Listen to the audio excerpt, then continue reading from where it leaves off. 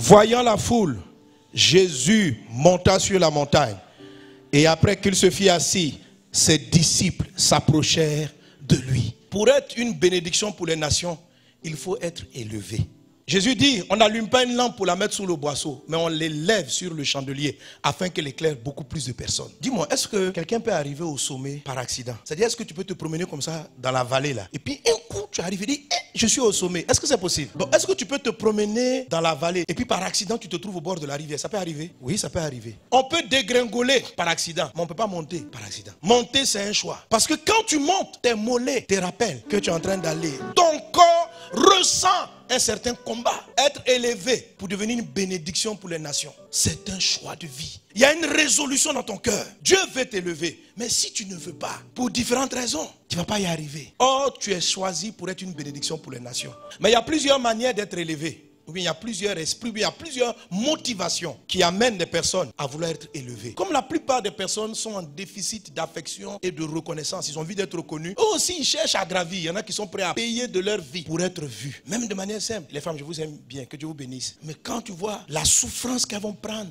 dans les salons, c'est pour être élevées en beauté. Pour que toutes les belles filles, elles soient au sommet. Je t'assure, la beauté qu'elle a n'est pas arrivée par accident. Elle a décidé de se faire belle. Et elle a payé le prix. Est-ce que tu me suis? C'est ça l'élévation. Il y a de l'élévation dans tous les niveaux. Il y a une situation basse et il y a toujours une situation élevée dans tous les niveaux. Sur le plan spirituel, la situation basse, c'est être charnel. Situation élevée, c'est être un homme spirituel. Et le cœur de l'homme aspire naturellement aux choses élevées. Alors la position, la posture élevée attire beaucoup de gens. Mais elle doit être mue par les bons projets. La Bible dit ceci. Voyant la foule, Jésus monta sur la montagne. Ça veut dire, ce qui a amené Jésus à prendre la décision de monter, ce n'était pas pour se faire voir. Jésus n'est pas monté pour qu'on sente que Jésus est là. Non, c'est la vue de la foule. Et voir la foule, c'est voir les problèmes qu'elle transporte. Voir les gens qui ont faim. Voir les gens en difficulté. Il y a des personnes, se voyant eux-mêmes, ils décident de monter. Pensées maléfiques et diaboliques, qu'elles sortent de ta vie dans le nom de Jésus. Et pour les hommes, c'est difficile de concevoir qu'on puisse aider son prochain sans calcul. Mais ça existe. Et c'est ça le cœur de Dieu. Quand Dieu trouve des gens, c'est vrai, ils ont leurs problèmes. Mais il voit la foule. Il voit les gens qui n'ont pas de maison. Il voit les personnes qui pleurent. Tu dois voir. Tu n'es qu'intéressé qu'à toi. Regarde tes sujets de prière. Rappelle-moi 3 derniers sujets de prière. Tu te regardes. C'est toi, ma vie, mon mariage, mes affaires. Tu as prié combien de fois pour ton voisin? Tu ne vois pas la foule. Tu te vois. Je suis dans la boue. Je ne suis pas marié. Je n'ai pas de travail. Tu te vois. Tu ne passes ton temps qu'à te voir. Tu t'es trop vu. Lève les yeux. Tu dis, oui Seigneur, je vais lever les yeux quand Dieu même va finir de me sortir de ma situation. Tu ne sortiras pas. Et même si Dieu commence à te faire sortir, tu allais toujours trouver que c'est insuffisant parce que tu n'as pas pris le temps de voir. Si tu vois les gens, tu vas savoir qu'il y a des personnes qui souffrent plus que toi. Et tu vas apprécier Dieu pour le peu qu'il fait dans ta vie. La vraie élévation de Dieu, elle est mue parce que vous voyez la foule. Voyant la foule, Jésus monta. Il est monté parce qu'il voulait traiter avec le problème de la foule. Parce qu'il savait que rester dans la vallée avec la foule, il n'allait pas pouvoir les aider. Tu vois, quand tu es dans la mêlée, là, tu n'arrives pas à aider les gens. Tu dois monter, t'élever toi-même sur le plan spirituel, avoir une vie de prière plus que tout le monde. Chercher la face de Dieu. Pourquoi tu pries? Parce que tu vois la foule. Pas simplement pour sortir de ta situation. Tu commences à pleurer pour les gens. On dit, mais toi, ton travail n'est pas suffisant. Seigneur, moi je mange matin, midi, soir. Mais j'ai vu quelqu'un, il est dans la rue, il n'a pas de quoi manger. Et du coup, même ton petit travail, tu lui trouves une appréciation. Pourquoi Dieu va te promouvoir? C'est pas pour toi. Pasteur, bénissez Dieu. On m'a mis DG. DG pourquoi? Est-ce que tu vois la souffrance? Est-ce que ça a un sens pour toi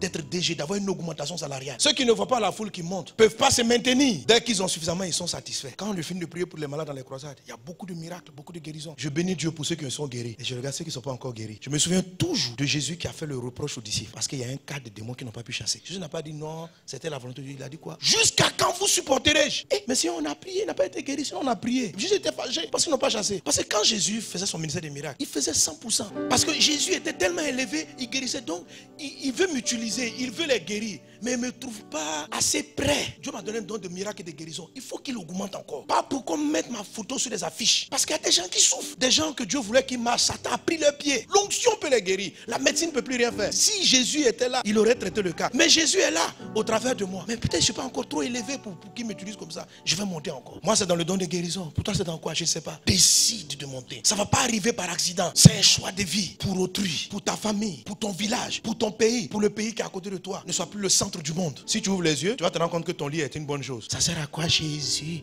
Je d'avoir un lit depuis là, une femme qui n'est pas mariée. Tu dis, mais tu crois que ton mariage là, c'est la fin du monde quoi? Il y a des gens qui souffrent, ils ne savent même pas comment ils vont manger. Toi, tu manges, tu as un travail, tu harcèles le ciel sur ton histoire de mariage comme c'est le seul problème de la terre. Quand tu vas ouvrir les yeux, tu vas voir les enfants qui meurent de faim. Tu vas voir, il y a des pays, il n'y a pas la pluie. lui. Et Dieu doit supporter ça au ciel. Je n'ai pas dit que Dieu ne va pas s'occuper, mais ouvre les yeux.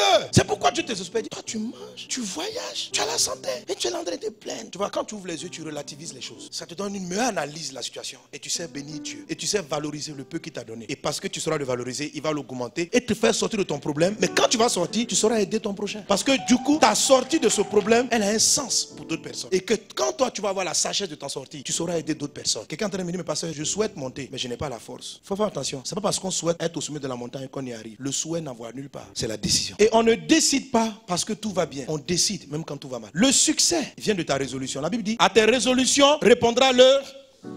Sur tes sentiers brillera la lumière. C'est-à-dire, tu vas commencer à avoir la force. La lumière, c'est l'énergie. Tu vas commencer à avoir la vision quand tu vas prendre la résolution. On n'a pas la lumière avant de se résoudre. On prend la résolution et la lumière vient. Le jour où tu vas décider de gravir la montagne et tu vas t'approcher, tu vas dire comment on monte. Et tu vas finir par voir qu'il existe des petits sentiers. Quand tu la regardes de loin, tu as l'impression que c'est une mission impossible. Et tu dis, je n'ai pas la force, je n'ai pas ceci, je n'ai pas cela. Si tu es décidé, approche-toi. Dieu va t'éclairer. N'attends pas les moyens pour bouger. Commence. Et tu vas voir le succès financier, matériel. Au sommet, il n'y a pas d'embouteillage. C'est sur la terre qu'il y a les embouteillages. Quand on est en bas, on a trop de difficultés. Vous savez, il y a des souffrances partout. Gravir la montagne, ça fait très mal. C'est une discipline sur soi-même. Mais rester en bas aussi, on souffre. Ceux qui décident de monter, on fait le choix de quel type de souffrance ils vont avoir. C'est la souffrance de la discipline sur soi. Mais ceux qui sont en bas, ils subissent des souffrances qu'ils n'ont pas prévues. Les crises te frappent. Tu te réveilles, on t'a frappé dans ton dos. Tu te dis que tu es en bas. Tout le monde est avec toi. Les sorciers, les méchants, tout le monde. Quand il y a un embouteillage, tu ne sais pas qui va te cogner. Tu peux être le meilleur chauffeur. Mais parce que tu es en bas, quelqu'un peut décider de t'agresser. Quand tu es en haut, il n'y a pas ça. Il faut que tu sois élevé. Si tu restes en bas, tu vas beaucoup souffrir. Choisis ta douleur. Choisis la douleur de la consécration, de la décision de monter. Et tu vas devenir une bénédiction pour les autres. Quel soit ton partage dans le nom de Jésus. Prie avec moi. Dis avec moi, Seigneur,